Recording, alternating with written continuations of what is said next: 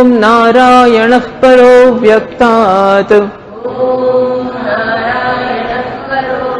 અંડમવ્યક્ત સંભવમ અંડસ્યાંતસ્ત્વિમે લોકાઃ સપ્તદ્વીપા ચ મેદિની કર્મ બ્રહ્મોદ્ભવમ વિદ્ધિ બ્રહ્માક્ષર સમુદ્ભવમ તસ્માत् સર્વગતં બ્રહ્મ નિત્યં યજ્ઞે પ્રતિષ્ઠિતમ.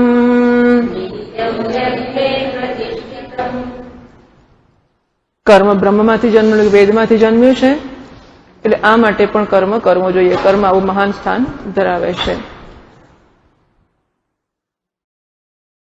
હવે તો એમ તતઃ કિમ ફલિતમ, ધારો કે એવું થાય તો શું ફલિત થશે એનાથી? તો ભગવાન 16મા શ્લોકમાં કહેશે, એવં પ્રવર્તિતમ ચક્રમ નાનુવર્તયતિ હયઃ અઘાયુરિન્દ્રિયા રામઃ મોઘમ પાર્થ સજીવતી. ભાષ્ય વાંચીએ. એવં ઇત્થમ ઈશ્વરેણ વેદયજ્ઞપૂર્વકમ જગચ્ચક્રમ પ્રવર્તિતમ નાનુવર્તયતિ ઇહ લોકે યહ કર્મણ્યધિકૃતસ્સન અઘાયુઃ અઘમ પાપમ આયુઃ જીવનમ યસ્ય સૌઘાયુઃ પાપજીવનઃ ઇતિ યાવત. આ પ્રકારે ભગવાને જગતના ચક્રને પ્રવૃત્ત કર્યું છે, એનું જે અનુસરણ કરતો નથી. જગતનું ચક્ર આ પ્રકારનું છે, અને એટલે આમાંની દરેક વસ્તુ ઈશ્વરની બનાવેલી છે. ઈશ્વર ઉપાદાન કારણ છે, ઈશ્વર નિમિત્ત કારણ છે, અને એણે પોતે આ વસ્તુઓ બનાવી છે એટલું જ નહીં, એ પોતે આખું જગત બની ગયો છે. અને દરેકે દરેક વસ્તુ ભગવાનના, આમ સગુણની વાત કરવી હોય તો બધા ભગવાનના દેહમાંથી જન્મ્યા છે, અને બાકીની આપણી રીતે જોવું હોય તો ભગવાન ઉપાદાન કારણ છે, માટે પણ જે છે તે ભગવાન છે. આમ આખું જગત ચક્ર ભગવાને પ્રવૃત્ત કર્યું છે, એનું જ અનુસરણ કરતો નથી. એ અઘાયુઃ, અઘર નિષ્ફળ કે પાપ વાળો એનો અવશ્ય છે. ઇન્દ્રિયારામઃ, એ ઇન્દ્રિયોમાં જ રમણ કરનારો છે. એ પાર્થ સહ મોઘમ જીવતી, એ તો નકામો જ નિષ્ફળ જ જીવે છે. એવમ ઇત્થમ ઈશ્વરેણ વેદયજ્ઞપૂર્વકમ જગતચક્રમ પ્રવર્તિતમ. જુઓ, ભગવાને જગતચક્ર પ્રવૃત્ત કર્યું છે એ વેદ અને યજ્ઞ પૂર્વક કર્યું છે. પૂર્વક is preceded by Veda and preceded by yajna. એટલે પહેલા વેદ છે, યજ્ઞ છે, અને પછી એને અનુસરીને ભગવાને જગતના ચક્રને પ્રવૃત્ત કર્યું છે. હવે વેદનો અને યજ્ઞનો અનાદર કરીને આ જગતના ચક્રનો આદર કેવી રીતે કરી શકાય? ખરું? એટલે જીવન આપણું શેને માટે છે અને જીવનમાં આપણે શું સિદ્ધ કરવા માંગીએ છીએ એ સૌથી પહેલા નક્કી કરી જ લેવું જોઈએ. આપણે કરવું છે શું? આ સાચું છે, આ ખોટું છે, આ બરાબર છે, પેલું છે. ગમે ત્યાં યુદ્ધ કરવું ને ગમે ત્યાં વાંધો વચકો પાડવો એ બધું બરાબર છે. સરવાળે એમાંથી આપણે જોઈએ છે શું? આપણે તો એટલું જ નક્કી કરીએ કે હું માણસ છું અને મારે કલ્યાણ પ્રાપ્ત કરવું છે. ભગવાને એને માટે ઉત્તમમાં ઉત્તમ તક મને આપી, જેને જે તક આપી છે ઉત્તર છે. કારણ કે શ્રેષ્ઠ કર્મણી અભિરત, જે છે પોતપોતાના કર્મ અભિરત રહીને એ સિદ્ધિને પ્રાપ્ત કરશે. અને કેવી રીતે? ભગવાન કહેવાના જ છે આગળ જઈને, સ્વકર્મણા તમ અભ્યર્ચ્ય, પોતાના કર્મ દ્વારા ઈશ્વરની અર્ચના કરીને, અને કર્મણા પરમેશ્વર પ્રિયતામ, મારા કર્મરૂપી પુષ્પથી હું ભગવાનની અર્ચના કરું છું. પછી પ્રશ્ન જ ક્યાં રહ્યો? અને એ તક તો બધાને સરખી જ છે. અને એને માટેની ભાવના કેવી ઉત્તમ જાળવવી એ દરેકના વ્યક્તિગત રીતે એના પોતાના હાથમાં છે. એ અર્ચના કેટલી ઉત્તમ રીતે કરવી દરેક જણ નક્કી કરી શકે છે ને. અને એને માટે કોઈ કોઈને રોકી શકતું નથી, કોઈ કોઈને પ્રોત્સાહિત કરી શકતું નથી, પણ કોઈ કોઈને રોકી તો નથી જ શકતું. અને એટલા માટે દરેકે દરેક જણ નક્કી કરી શકે કે મારા કર્મ દ્વારા હું ભગવાનની અર્ચના કરીશ. તો આ યજ્ઞ અને વેદના અનાદરપૂર્વક કે યજ્ઞ અને વેદના વિરોધપૂર્વક જો આપણે ઈચ્છીએ કે જગતના ચક્રને ચલાવવું અને આપણે મદદ કરવી અને બધું ખોટકાઈ ગયેલું બધું બરાબર કરી દેવું, તો જગતના ચક્રને ચલાવવાની રીત પણ વેદ અને યજ્ઞનો આદર કરવો અને એને અનુસરવું એ જ છે. અને આ ભગવાન લખે છે, ભાષ્યકાર મહારાજ લખે છે. આ વસ્તુઓની જરા નોંધ લઈએ કે અત્યારના જે લોકો પોતાની અક્કલ પ્રમાણે કરતા હશે, રેશનલ ને દલીલો અને બધી વસ્તુઓ, પણ ભગવાને લખ્યું છે કે ભાષ્યકાર મહારાજે લખ્યું છે એ વસ્તુઓનું કશું સ્થાન ખરું? શું આપણે એને કન્સિડર કરીએ છીએ ખરા? એને ધ્યાનમાં રાખીએ છીએ ખરા? જે વસ્તુનો જ્યાં આપણે જે વિચાર કરતા હોઈએ, જે લોજિક કરતા હોઈએ, જે કશુંક અનુસરવા માંગતા હોઈએ, જે કંઈક આપણે પ્રસ્તુત કરતા હોઈએ, શું એ બધાની અંદર આપણે આને ધ્યાનમાં રાખીને ચાલીએ છીએ ખરા?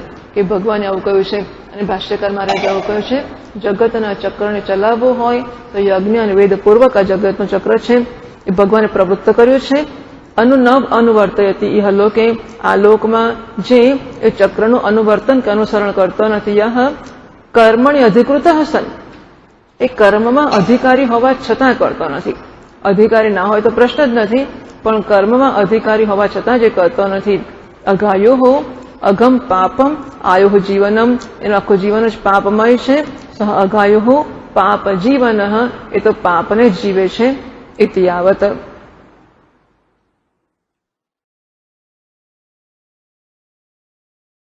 આદવ અહીં ટીકાકાર લખે છે, આદવ પરમેશ્વરાત સર્વ અવભાષક નિત્ય નિર્દોષ વેદ આવિર્ભાવ.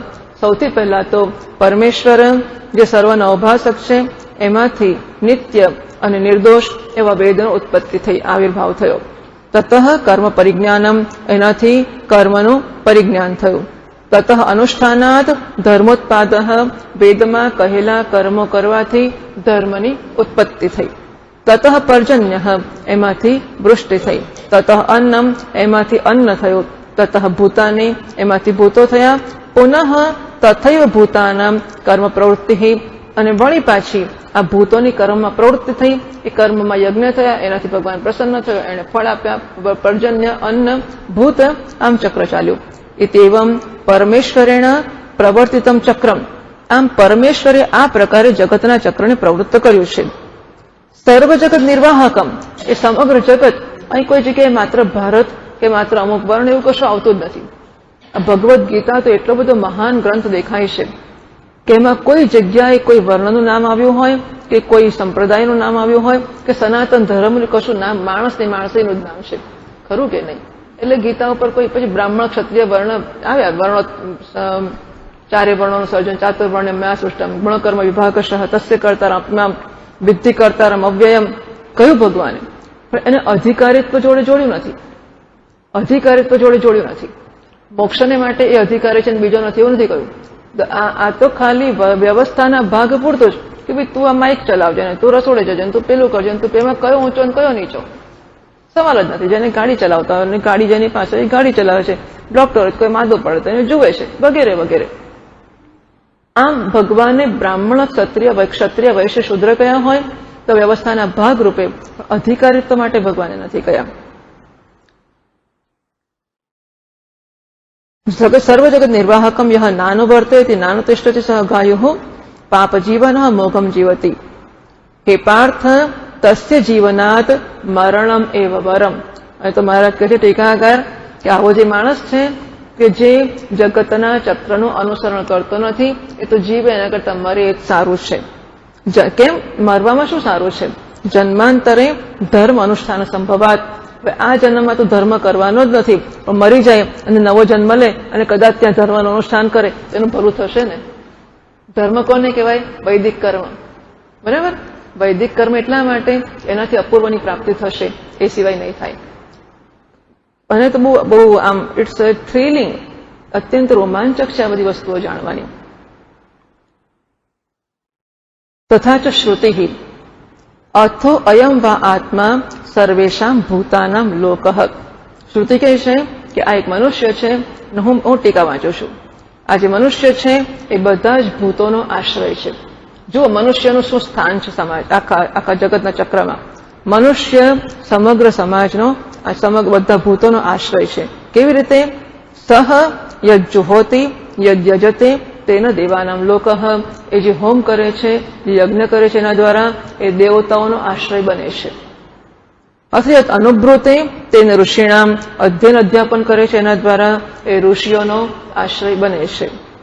અથયત પિતૃભ્ય નિપૃણાતિ યત પ્રજામ ઈચ્છતે તેના પિતૃનામ, તો પિતૃઓને જે પિંડદાન વગેરે કરે છે અને પ્રજોત્પત્તિ કરે છે, એના દ્વારા એ પિતૃઓનો આશ્રય બને છે.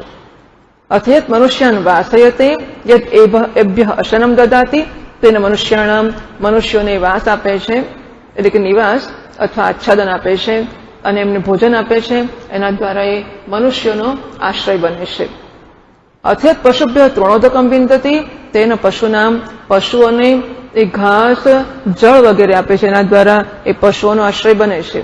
યદસ્ય ગૃહેશુ શ્વાપદાહ વયાંસી આ પીપીલિકાભ્ય ઉપજીવંતી તેન તેષામ લોકઃ, અને એના ઘરમાં જે ગ્રામ્ય પશુઓ છે, કૂતરાઓ હોય, પક્ષીઓ હોય, કીડીઓ વગેરેના બધા જ કીડીઓ વગેરેથી માંડીને બધા જ જીવો હોય, એ બધા એના ઘર ઉપર આશ્રિત છે. ખાઈને ઉઠી જાય ને વેરાયું હોય, કીડીઓ આવીને ખાઈ જશે, કૂતરા ચાટી જશે, પક્ષીઓને દાણા નાખશે, એ બધા દ્વારા એમનો આશ્રય બને છે. આ રીતે એમનો આશ્રય છે. આ મનુષ્ય છે એ સમગ્ર વિશ્વનો આશ્રય છે. હવે એ ક્યાંક ખોટકાઈ પડે, આખું જગત ચક્ર અટકી પડે, એટલે એમાં આ બધી મનુષ્યની જ વાત છે. કારણ કે હું પેલો અમુક છું, અમુક વર્ણ છે માટેમાં હું કીડીઓને નહીં નાખું, એટલે આ એમાં કશું એવું આવતું જ નથી. બધા મનુષ્યોના આ તો કામો છે કે મનુષ્ય છે એનું અધિકારીત્વ છે. અધિકારીત્વનો અર્થ લાયકાત એવો નહીં, અધિકારીત્વ એટલે એની ફરજ, he should do, he has to do. એ પણ સમજો કે જયારે એવું કહેવામાં આવે કે બ્રાહ્મણ યજ્ઞમાં અધિકારી છે, એનો અર્થ એની જવાબદારી છે. અધિકારીત્વ એટલે ઇટ્સ એ પ્રિવિલેજ, એવા અર્થમાં નથી હોતું કે એને આ છે ને બીજાને નથી. અધિકારીત્વ એટલે આટલું બધું કરવાની જવાબદારી. કારણ કે પેલું વિલિંગ અને શું ભાઈ, એબલ અને વિલિંગ, હવે એવો તો જવાબદારી લઈ શકે ને, બધાને જવાબદારી સોંપત કેવી રીતે લઈ શકે? તો one who is able also and one who is willing also, જે શક્તિમાન પણ છે અને દાનત પણ ધરાવે છે, એ જવાબદારી લઈ શકશે. એટલે આ તો જવાબદારીઓની વહેંચણી છે વગેરે વગેરે. આ પ્રકારે કર્મની અધિકૃત હસન, કર્મનો અધિકારી હોઈને પણ જો ચક્રનું અનુસરણ નથી કરતો તે પાપ જ જીવે છે. આગળ કહે છે ઇન્દ્રિયારામ ઇન્દ્રિયૈ આરામ આરમણમ આક્રીડા વિષયેષુ યસ્ય સહ ઇન્દ્રિયારામ મોઘમ વૃથા હે પાર્થ સજીવતી. ઇન્દ્રિયારામ, તો ઇન્દ્રિયોમાં જ જે રમણ કરે છે, ઇન્દ્રિયોમાં અને એટલે ઇન્દ્રિયોના વિષયોમાં. આ ક્રીડા એટલે ક્રીડા એટલે ખરેખર વિષયોનો ભોગ, રમણ એટલે મનમાં હે રેવેલ્સ, એનું ચિંતન કર્યા કરે છે. બંને પ્રકારે તો ક્રીડા પણ કરે છે વિષયોમાં, રમણ પણ કરે છે. યસ્ય સહ ઇન્દ્રિયારામ, આ માણસ ઇન્દ્રિયારામ છે. ઇન્દ્રિયારામ છે એટલે કહે છે એ ધર્મારામ પણ નથી અને આત્મારામ પણ નથી. એ ધર્મમાં પણ રમણ કરતો નથી અને આત્મામાં પણ રમણ કરતો નથી. મોઘમ વ્યર્થમ દંશ મશકાદિવત જીવતી, એ તો તદ્દન વ્યર્થ, પેલા કીડા મંકોડા મશક એટલે મચ્છર વગેરેના જેવું જીવન જીવી જાય છે, જે કોઈ પણ પ્રકારે કોઈને ઉપયોગી થતો નથી. યસ્તુ એતદ અનુવર્તયતિ સહ જગદુપકારક ધન્ય હિતિ ભાવ, અને જે આ જગત ચક્રનું અનુસરણ કરે છે એ જગતને ઉપકાર કરનારો છે, એ ધન્ય છે એવો ભાવ છે.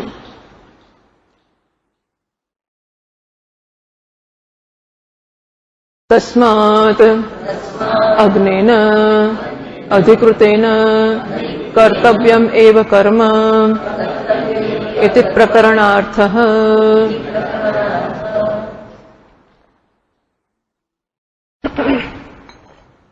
અને માટે જે અજ્ઞાની છે અને કર્મનો અધિકારી છે, એને વાંધા વચકા પાડ્યા વગર પોતપોતાનું જે વર્ણાશ્રમનું ઉચિત કર્મ છે કે નિત્ય નિમિત્ત કર્મ છે, ટૂંકમાં સેવાનું કર્મ, એને જેને માટે જે થતું હોય તે કરવું, એટલું. પણ એવું આવું એટલા માટે કહેવામાં આવે છે કે જેની પાસે યોગ્યતા બહુ ઊંચું કામ કરવાની છે, એને પછી કચરો વાળી સંતોષ ના માનવો. બરાબર છે, બધાને માટે બધું કામ કરવાનું સહેલું નથી, પરંતુ જેની યોગ્યતા જે પ્રકારની છે એ કામ કરવું જોઈએ. પૂઠું ચડાવવાનું બધા કરી શકશે, કચરો વાળવાનું બધા કરી શકશે, બીજા અમુક કામ બધા લોકો કરી શકશે, બધા કામ બધા નહીં કરી શકે. લોકોની ફિઝિકલ નીડ છે, there is a physical need, અન્ન વસ્ત્રની જરૂર છે લોકોને. તો તસ્માત અગ્નિન અધિકૃતેન કર્તવ્યમ એવ કર્મ ઇતિ પ્રકરણાર્થ. ટૂંકમાં આ બધાનો અર્થ એટલો છે, આ જે છેલ્લા શ્લોકોમાં બધી વાતો કરવામાં આવી કર્મના વિશેની, એનો અર્થ એટલો જ છે કે જે અજ્ઞાની છે, અને કારણ કે અજ્ઞાની છે માટે અધિકારી છે એક, જોડે જોડે એનો ચોક્કસ વર્ણ અને આશ્રમ છે, એટલે કે એનું સમાજમાં ચોક્કસ સ્થાન છે. એ જે પણ સેટઅપમાં હોય ત્યાં એની કોઈક જવાબદારી છે. એને સમજવું જોઈએ કે આ સેટઅપ મારી પાસે શી અપેક્ષા રાખે છે, એ ઓળખીને અપેક્ષાને પૂરી એને કરવી જોઈએ એટલું. એટલે સમગ્ર પ્રકરણ એટલે કે આ જે ચર્ચા ગઈ છેલ્લા શ્લોકોમાં એનો આ અર્થ છે. આગળ ભાષ્યકાર કહે છે પ્રાક આત્મજ્ઞાન, આત્માનું સ્વરૂપનું જ્ઞાન, ફ્રેન્ચનું અજ્ઞાન કે લેટિનનું અજ્ઞાન ચાલશે, આત્મ સ્વરૂપનું જ્ઞાન હોય ત્યારે એને કર્મ કરવું જોઈએ. પ્રાગ આત્મજ્ઞાન નિષ્ઠા યોગ્યતા પ્રાપ્તે તાદર્થ્યેન કર્મયોગ અનુષ્ઠાનમ અધિકૃતેન અનાત્મજ્ઞેન કર્તવ્યમ એવ ઇત્યેતત ન કર્મણામનારંભાત ઇત્યતઃ આરભ્ય શરીરયાત્રાપી ચ તે ન પ્રસિદ્ધેદ કર્મણઃ ઇત્યેવમંતેન પ્રતિપાદ્ય યજ્ઞાર્થાત કર્મણોન્યત્ર ઇત્યાદિના મોઘમ પાર્થ સજીવતી ઇત્યેવમંતેનાપી ગ્રંથેન પ્રાસંગિકમ અધિકૃતસ્ય અનાત્મવિદઃ કર્માનુષ્ઠાને બહુકારણમુક્તમ તદકરણે ચ દોષ સંકીર્તનમ કૃતમ. આજે ગયું આપણા છેલ્લા શ્લોકો એમાં પ્રાગ આત્મજ્ઞાન નિષ્ઠા યોગ્યતા પ્રાપ્તે હે, આત્માના જ્ઞાનમાં નિષ્ઠા પ્રાપ્ત કરી તો ના જ હોય, પણ એની યોગ્યતા પણ હોય તો પૂરતું છે. બરાબર છે, આત્મજ્ઞાનમાં નિષ્ઠા પ્રાપ્ત કરી હોય તો કર્મનું સ્થાન જ નથી, પણ એને માટેની યોગ્યતા પણ પ્રાપ્ત કરી હોય એની પહેલા તાદર્થ્યના એટલે કે આત્માના જ્ઞાનમાં નિષ્ઠા પ્રાપ્ત કરવાની યોગ્યતા પ્રાપ્ત કરી શકાય એટલા માટે કર્મયોગનું અનુષ્ઠાન અધિકારીએ અનાત્મજ્ઞએ આત્માને ન જાણનારે અથવા અનાત્માને જાણનારે કર્તવ્યમ એવ ઇત્યેતત એણે કર્મ કરવું જ જોઈએ. બરાબર છે. અર્જુનને ભગવાન કેમ કર્મ બતાવે છે? અર્જુન અજ્ઞાની છે, કર્મનો અધિકારી છે અને કહે છે કે કર્મ નહીં કરું. તો અંતઃકરણની શુદ્ધિનું સાધન જ કર્મ છે. કોઈ સાધન છોડી દેશે તો એની શુદ્ધિ પ્રાપ્ત કેવી રીતે થશે? અને એટલા માટે જ્યારે જે જરૂર, જેમ કે મારે ચાલવું છે, પગમાં જોર નથી, ચલાતું નથી, હું ગાડી જવા દઉં તો હું ચાલુ કેવી રીતે? સમજાય છે કે એટલા માટે નહીં કે કોઈના પર ઉપકાર કરો હું ગાડીમાં બેસું છું, પણ એટલા માટે કે મારાથી ચલાતું જ નથી, મારે જમવા ત્યાં જવાનું જ છે અને હું ગાડી જવા દઉં કારણ કે મને ભાન નથી.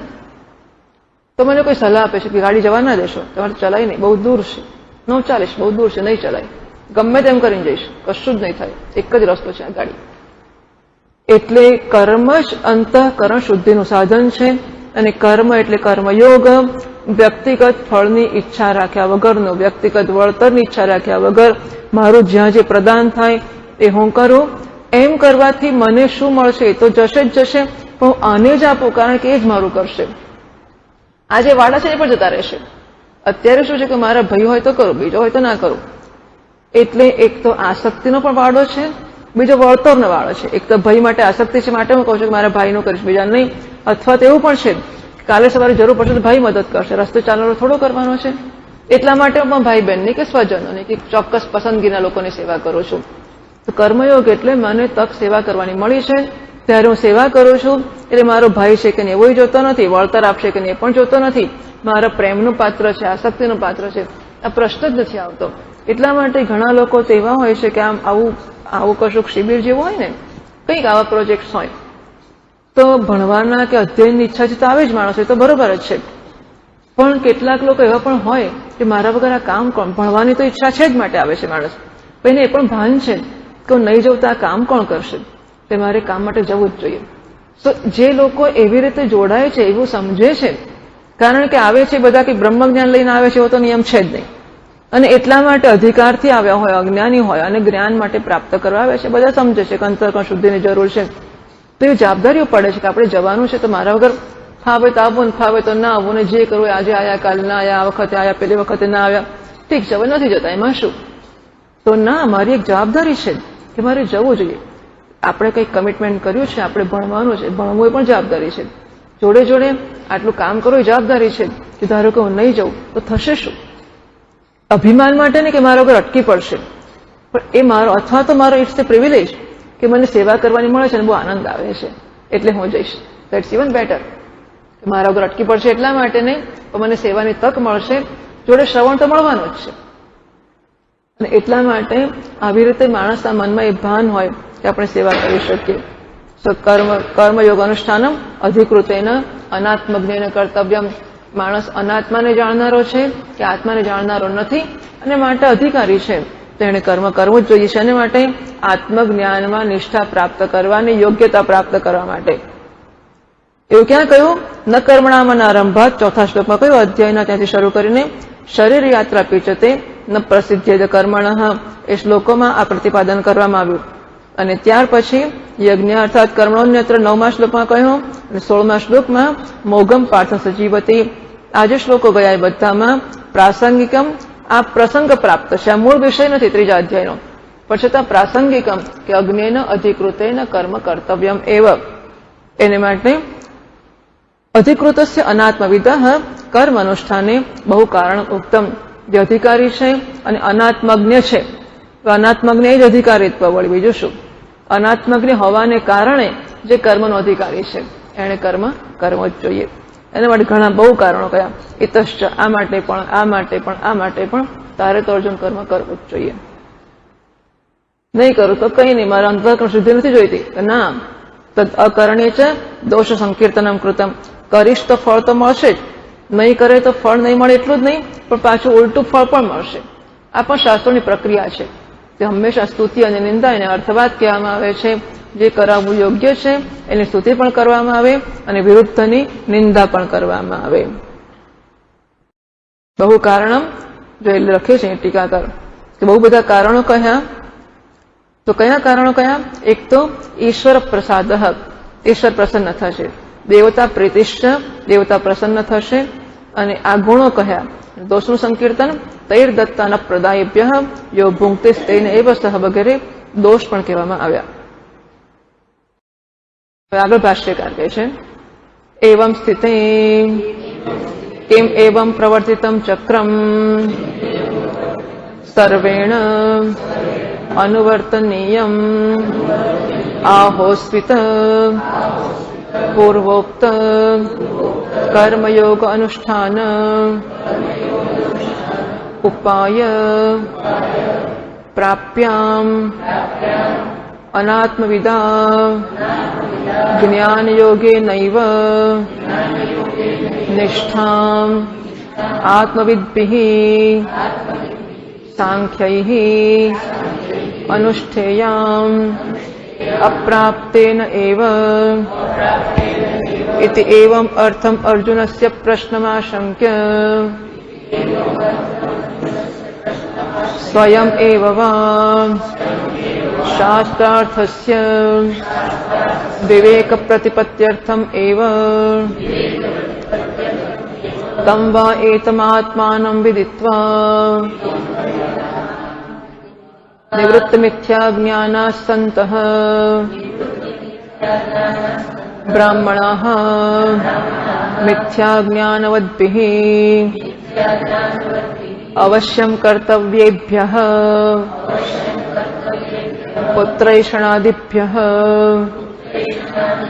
व्युत्थाय अथ भिक्षाचर्यं शरीरस्थितिमात्र प्रयुक्तं चरन्ति न तेषाम् आत्मज्ञाननिष्ठा व्यतिरेकेण अन्यत् कार्यमस्ति इत्येवं श्रुत्यर्थम् इह गीताशास्त्रे प्रतिपिपादयिषितम् आविष्कुर्वन्नाह ભગવાન.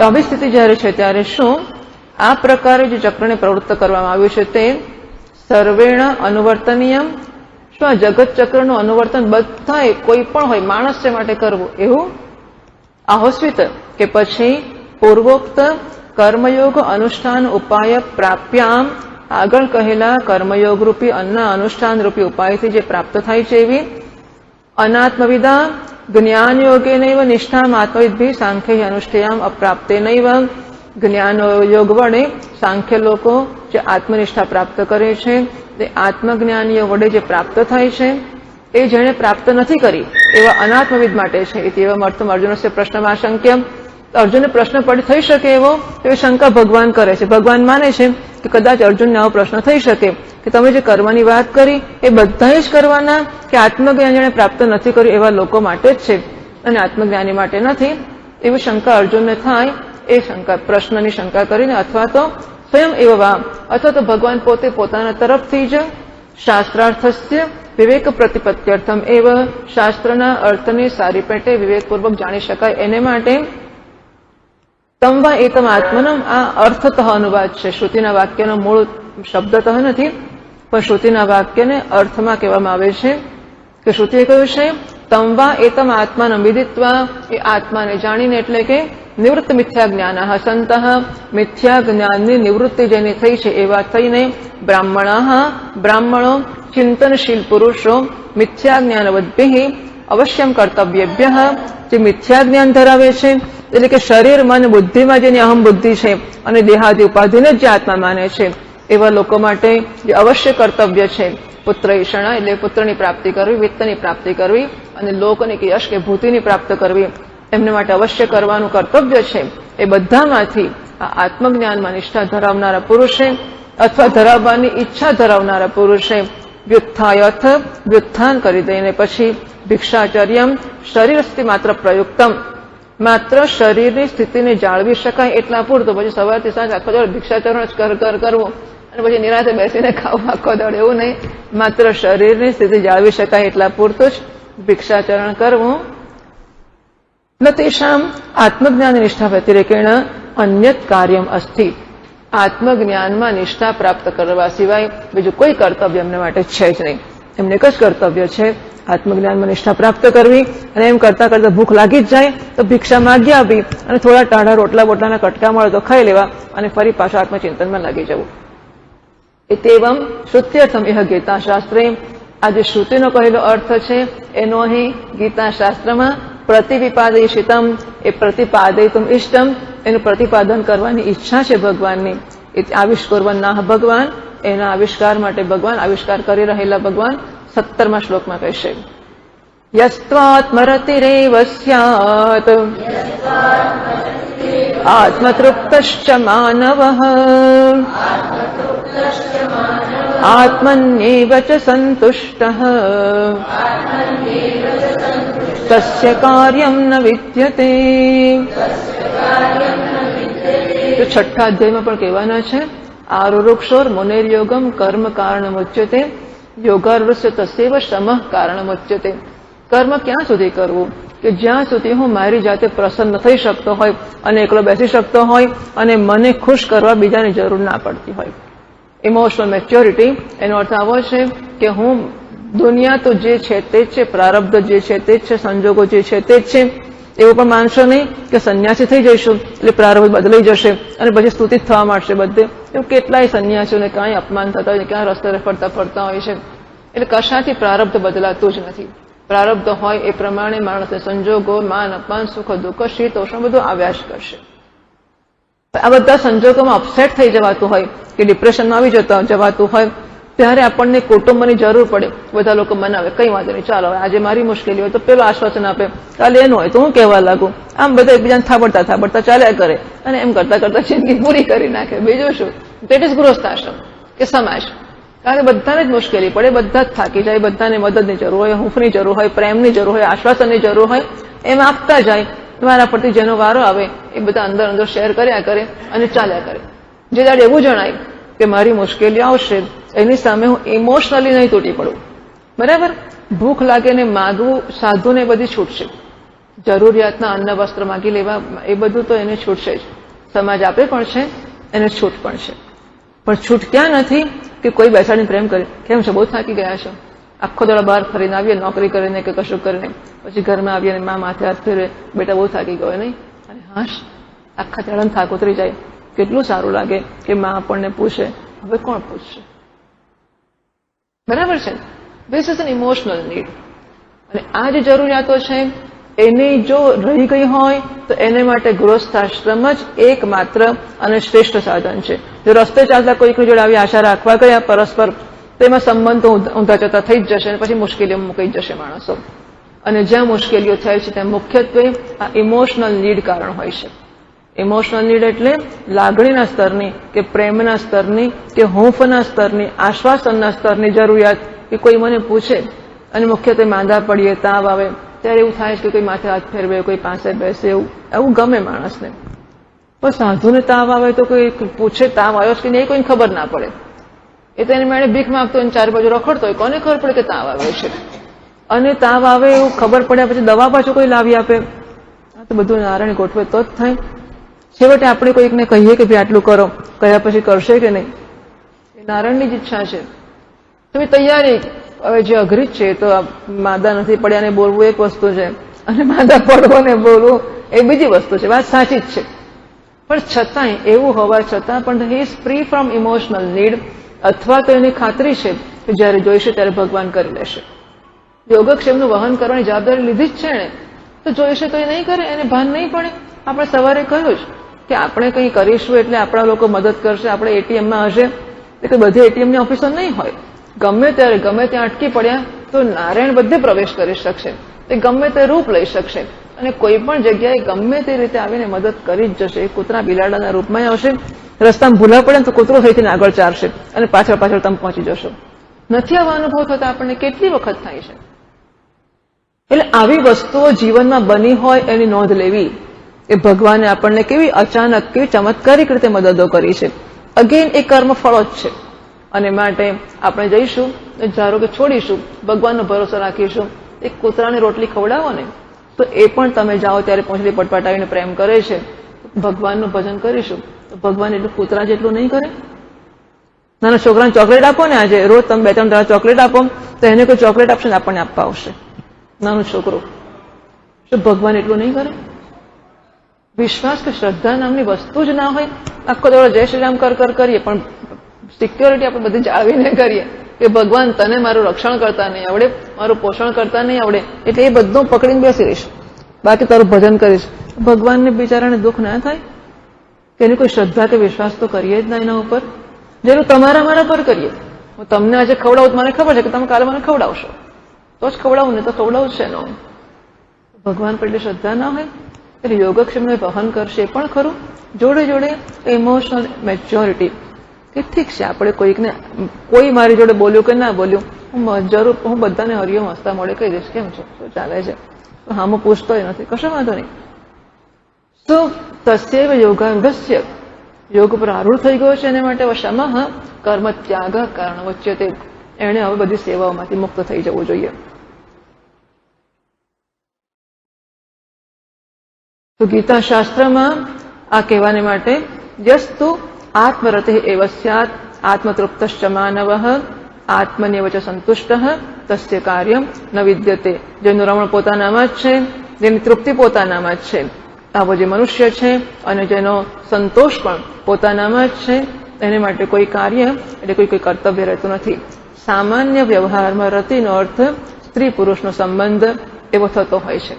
આ જે સંબંધ છે એ તો માત્ર સંતાનની ઉત્પત્તિ માટે અને પિતૃઋણને ચૂકવવાને માટે જ હોય છે, ઇન્દ્રિયોની તૃપ્તિ માટે નથી.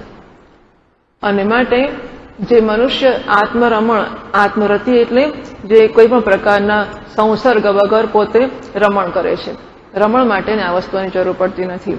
તૃપ્તિ મોટે ભાગે તૃપ્તિ છે એ અન્ન વગેરેના ભોજનથી મળતી હોય છે. તો અન્ન છે એ શરીરના પોષણને માટે છે, નહીં કે અન્ન એ જીભની તૃપ્તિ માટે છે.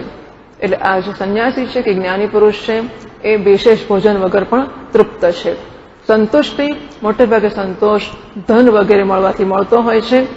તો એ મનુષ્યના જીવનમાં ધન વગેરે છે એ જીવિકા ચલાવવા માટે છે, સંતોષ માટે નથી.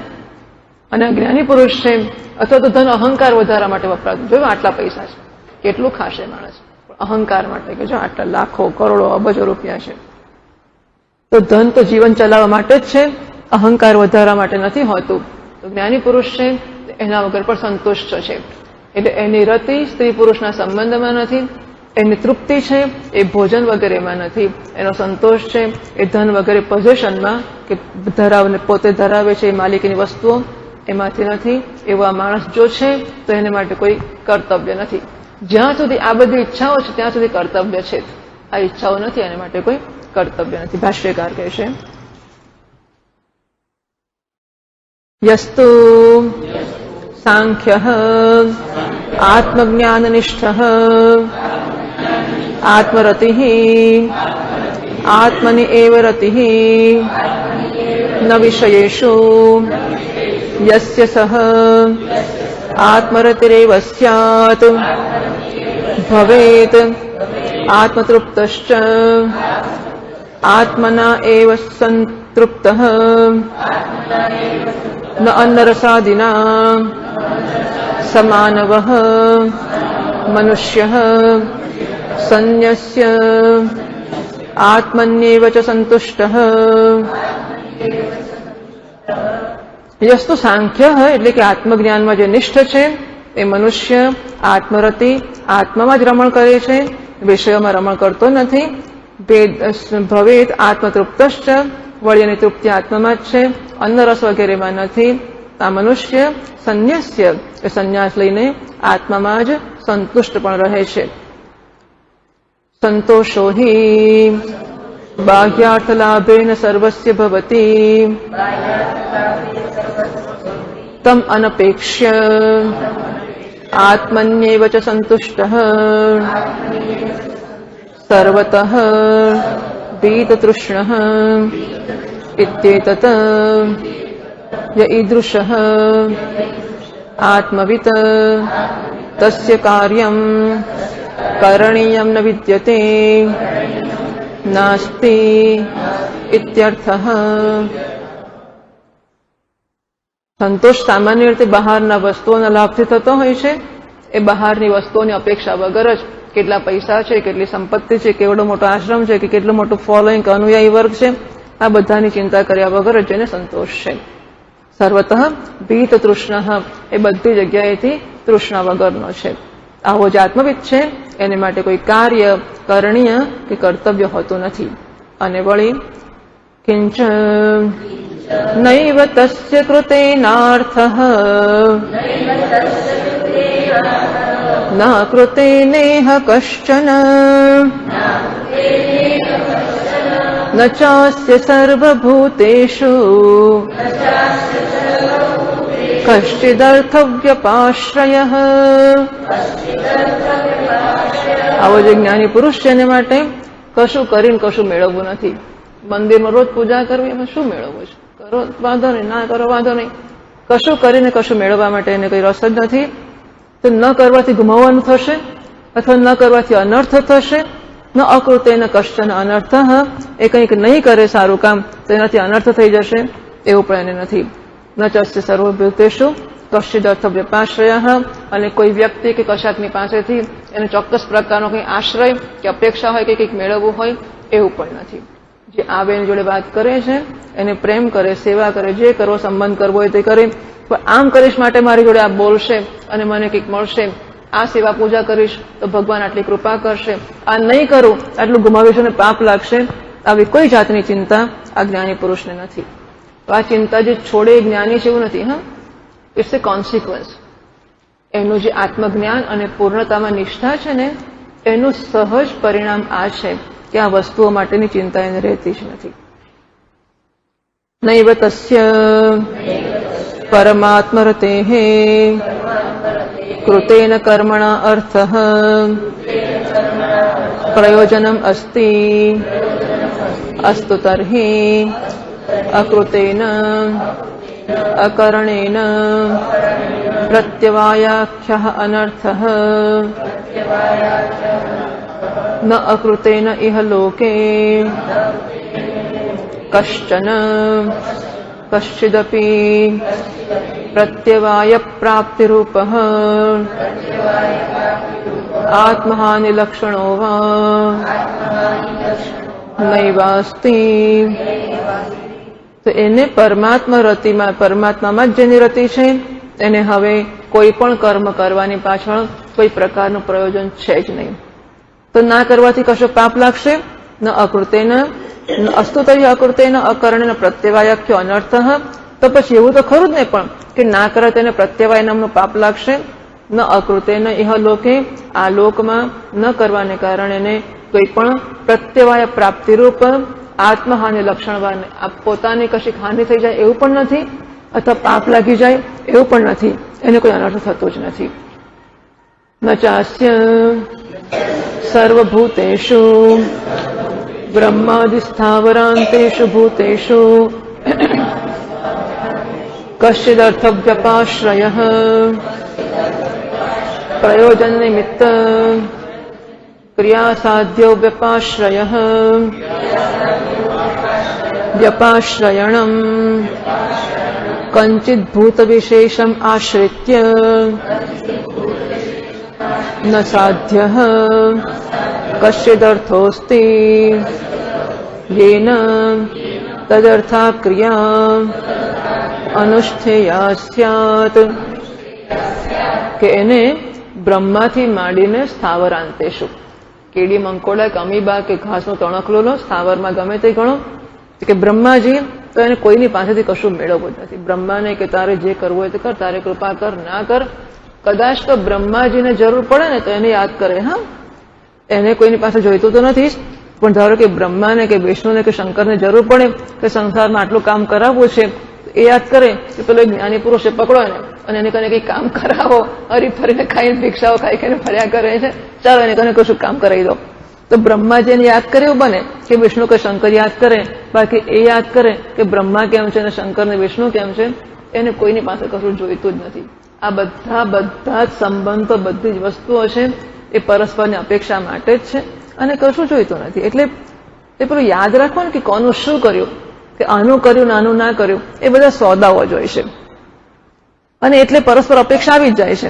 હવે જયારે એની અપેક્ષા જ નથી ત્યારે કોનું કર્યું કોનું ના કર્યું, નાનું કર્યું પેલાનું કર્યું, આ બધી વસ્તુઓ એને કશી લાગતી જ નથી. તો બ્રહ્માજી સ્થાવરાંતેષુ ભૂતેષુ કોઈ પણ જગ્યાએ બ્રહ્માજીને ખોટું લાગી જશે, શંકર ભગવાનને વાંકું પડી જશે, તો વિષ્ણુ ભગવાન સાથે હનુમાન ચાલીસા બોલીશું તો વિષ્ણુ ભગવાનનું મોઢું ચડી જશે. હવે ભાઈ તમને ના ચડાવો તો સારું, બીજું શું, ચડાવો તમારી મરજીની વાત છે, તો એને કશું એમાં લાગતું નથી. વ્યપાશ્રય એટલે પ્રયોજન નિમિત્ત ક્રિયા સાધ્યો વ્યપાશ્રય હોય. કોઈ પ્રયોજનને નિમિત્તમાં રાખીને ક્રિયા કરવામાં આવે અને એના દ્વારા આશ્રય મળે એવું કશું એને જોઈતું નથી. કંચિત ભૂત વિશેષમ આશ્રિત્ય કોઈ પણ વિશેષ ભૂતનો આશ્રય લઈને બને કે બહારના વ્યવહારમાં હી મે બી પોલાઇટ, એ નમ્ર હોય અને બધાનો આભાર વશ હોય. એનો વ્યવહાર એવો દેખાય કે જાણે બધાની વગર એ રહી ગયો છે અને બધાને એ આભાર માને, બધાને પ્રેમ કરે, બધાનો આદર કરે, બધું કરે. એટલે બહારના વ્યવહારમાં એ નમ્ર હોઈ શકે અથવા મોટે ભાગે હોય જ. પણ એનો અર્થ એવો નથી કે અંદરથી લાચારી અનુભવે છે કે તમારા વગર રહી ગયો છું અને માટે બહારથી નમ્ર રહેશે. એટલે બહારના વ્યવહાર જોડે આને બહુ જોડવાનું કારણ નથી મળતું. બને કે મંદિરમાં જાય એટલે પગે લાગે, એમાં કશો વાંધો નથી, પણ ના જાય તો આખા અઠવાડિયામાં પગે જ ના લાગે આપણે, એવું કશું નહીં. ચાલો ઠીક છે, લગાઈ ગયો. તો મહારાજ શ્રી ઉડિયા બાબાજી મહારાજ વૃંદાવનમાં બાંકે બિહારીના મંદિરમાં જઈને તો પગે લાગે નહીં. પછી લોકો વાતો કરે ત્યાં પગે નથી લાગતા. એમને કહેવામાં આવ્યું કે મહારાજ પગે લાગવાનું સારું, લોકોને ઠીક હે હમકો જરા યાદ કરા દેના, हम प्रणाम कर लेंगे. બાકી બિહારીના દર્શન કરવા જતો ઉભા રહે, એમને એવું ધ્યાનમાં ના આવે કે મારે પગે લાગવું જોઈએ, બરાબર. આ મહાપુરુષો જેને કોઈ જગ્યાએ કશે લેવા દેવા જ નથી, પગે નહીં લાગવાનો નિર્ણય નથી, પણ પગે લાગવાનું જન્મે જ ના અંદરથી, એટલો સહજ રીતે એમનો બ્રહ્મભાવ હોય. એટલે એમણે શું કરવું ને શું ના કરવું, પગે લાગ્યા કે ના લાગ્યા, બાકી બિહારી પાસે કશું જોઈતું નથી કે સીધી બિહારી પાસે કશું જોઈતું નથી. આ મહાપુરુષો છે, એમને પગે લાગવાનો વાંધો પણ નથી, ના લાગવાની ચિંતા પણ નથી. અને મંદિરમાં ગયા અને મંદિરમાંથી કંઈક કારણ કોઈએ પાછા વળ્યા કે મારા જઈને પહેણે જાઓ તો ચાલો ત્યારે ત્યાં જતા રહીએ તો બી ક્યાં ફરક પડતા હે, એવા મહાત્માઓ. અને એટલા માટે કંચિત ભૂત વિશેષમ આશ્રિત્ય ન સાધ્ય કશ્ચિદ અર્થ અસ્તિ. કોઈ પણ ભૂત વિશેષનો એટલે જીવ વિશેષ હોય, ભૂત વિશેષ હોય, અર્થાત ભૂત પ્રેત વાળા ભૂત હોય, એકેય વસ્તુ હોય એને ક્યાંયથી કશું જોઈતું જ નથી. ને મધુસૂદન સરસ્વતીજી મહારાજ માટે પણ કે એમણે બહુ સાધના કરી અને ઈચ્છા કરી કે મને ગાયત્રી દર્શન આપે. પહેલા ગાયત્રીના દર્શન માટે એમણે બહુ અનુષ્ઠાનો કર્યા અને દર્શન ના થયા. પછી મહારાજનો મગજ ગયો કે તો ગાયત્રી તારી મારે જરૂર નથી, હું સંન્યાસ લઈ લઉં છું. પણ સંન્યાસ લીધો, પછી ગાયત્રી દર્શન આપવા આવી તો અમારે તને શું કરવું છે, મેં સંન્યાસ લઈ લીધો છે, હવે ગાયત્રીમાં કોઈ રસ નથી. એટલે જયારે માણસ સંન્યાસ જ લઈ રહે છે ને આ બધી વસ્તુમાંથી મુક્ત જ થઈ જાય છે, પછી એને દેવી કે દેવતા આવે કે દર્શન આપે કે સિદ્ધિ આપે કે ના આપે, આ બધી વસ્તુને એને કશી ચિંતા જ રહેતી નથી. ચાલો બધાની શ્રદ્ધા રહેતી હોય કે આ ભગવાન છે તો સરસ વસ્તુ છે, ના હોય તોય સરસ વસ્તુ છે, કોઈ વસ્તુ જોડે એને કોઈ પ્રકારનો સંબંધ નથી. એટલા માટે અપેક્ષા નથી એ બહારથી બધા સંબંધો રાખતો લાગે, બહારથી બધા વ્યવહાર કરતો હોય, બહારથી નમ્રતા રાખતો હોય, મીઠાશ રાખતો હોય, આ બધું જ હોય, પણ અંદરથી એને કોઈ પ્રકારનું કશું જ નથી. અખંડાનંદજી મહારાજ વડોદરામાં કોઈકના ઘરે પ્રવચનો માટે રહ્યા હશે 5-15 દાડા, ખાસા દિવસ. અને મોટે ભાગે મહાત્માઓને રાખવાની પાર્ટીઓ બધી બહુ મોટી જ હોય, કારણ કે આ બધાને રાખવાનું સહેલું નથી હોતું. એટલે જે યજમાનને ઘેર રહ્યા કેટલાક દિવસ, એ યજમાને છેલ્લે દિવસે એમના બ્રહ્મચારી ગણ અને સાધુ ગણ સહિત મહાત્માને જમાડીને ચાંદીના વાસણો બધાને ભેટ આપ્યા. હા, ખાસી બધી પૈસાને બધું આપ્યું જ હશે, ચાંદીના થાળી વાટકાને બધા સાઈડ બધાને ભેટ આપ્યા અને ઘણું બધું આપ્યું. પણ આટલા દિવસ રહ્યા ને આટલું બધું ભેટ આપ્યું એટલે યજમાનને એવું તો હોય જ ને કે મહાત્મા આપણને ઓળખતા હશે, હવે બરાબર છે આટલું આપણે રહ્યા ને આ બધું કર્યું. પછી વૃંદાવનમાં એકવાર અખંડાનંદજી મહારાજ એટલે વૃંદાવનના સ્વામી અખંડાનંદ સરસ્વતીજી મહારાજ, તો વૃંદાવનમાં એના પછીના તબક્કે આ યજમાનને પતિ પત્ની ગયા હશે. મહારાજ શ્રી પોતાના રૂમમાંથી બહાર નીકળતા હતા, પાછળથી તેમને પેલી વ્હીલચેરમાં પણ બેસાડતા હતા ને એવું બધું હતું. બે બાજુથી પકડેલા છે અને એ આમ આવે છે. એટલે યજમાન પત્ની હતા, એ જઈને આમ જેવા સામા મળ્યા, જે એમને ઘરેથી ગયા પછી પહેલી વાર મળ્યા, સીધા ચરણમાં પડી ગયા, એમને આંખમાં અશ્રુપાત થવા માંડ્યો. એ મહારાજ તો ઉભા ઉભા જોયા કરે. પછી પેલા બહેનને એમ ઉઠાડશે કંઈક જે કંઈ એમની હશે આશા કે ભાવના જે હશે તે. महाराज श्री कहे धीमे रे, अरे ये महिला कौन है, जरा इनको उठाओ तो. बराबर, પેલાને એમ કે મને ઓળખશે ને મારો કેટલો આદર કરશે કે આવો આવો, વાહ તમે તો કેટલા વખતે આવ્યા ને આમ તેમ વસ્તુ. મહારાજનો તો નામ નિશાન કશું નથી. અરે ये महिला कौन है, जरा इनको उठा तो दो. ત્યારે મહિલા કહે છે કે મારું અભિમાન ચૂર ચૂર થઈ ગયું કે મહારાજે મને ઓળખવા ના પાડી દીધી. બરાબર, આવી વસ્તુ. યસ્ત્વ આત્મરતિ એવ સ્યાત આત્મતૃપ્તશ્ચ માનવઃ આત્મન્યવ જ સંતુષ્ટઃ તસ્ય કાર્યમ નિવિદ્યતે. એટલે એમને કોઈ સંબંધો રાખવા, કોઈ ઓબ્લિગેશનો રાખવા કે આમ તેમ આપે ત્યારે રસ્તે મળે કે વાહ બહોત બડા કામ કર દિયા આપને, બીજી સેકન્ડે ખબર ના હોય કે કોણે કર્યું ને શું કર્યું. આવી જાતના માણસો બે જવાબદાર કે કૃતઘ્ન નથી, એ નારાયણમાં જ રમણ કરે છે અને નારાયણની લીલા જ ચાલે છે. ચાંદીનો આપે કે સોનાનો આપે એને શું કરવું છે. એ આશ્રમના ભંડારાઓમાં કે ભંડારોમાં જે જમા થશે જેનું જે થશે તે એ લોકોને કોઈ લેવા દેવા જ નથી. અને એટલા માટે આવા પુરુષો છે એમને કોઈ કર્તવ્ય નથી. ઓમ પૂર્ણમદઃ પૂર્ણમિદં પૂર્ણાત પૂર્ણમુદચ્યતે પૂર્ણસ્ય પૂર્ણમાદાય પૂર્ણમેવાવશિષ્યતે. ઓમ શાંતિ શાંતિ શાંતિ. શંકરં શંકરાચાર્યં કેશવં બાદરાયણં સૂત્રભાષ્યકૃતૌ વંદે ભગવन्तૌ પુનઃ પુનઃ. ઈશ્વરો ગુરુરાત્મેતિ મૂર્તિભેદવિભાગિને વ્યોમવદ્વ્યાપ્તદેહાય दक्षिणामूर्तये नमः। ओम शांति शांति शांतिः। हरिः ओम। श्री गुरुभ्यो नमः। हरिः ओम।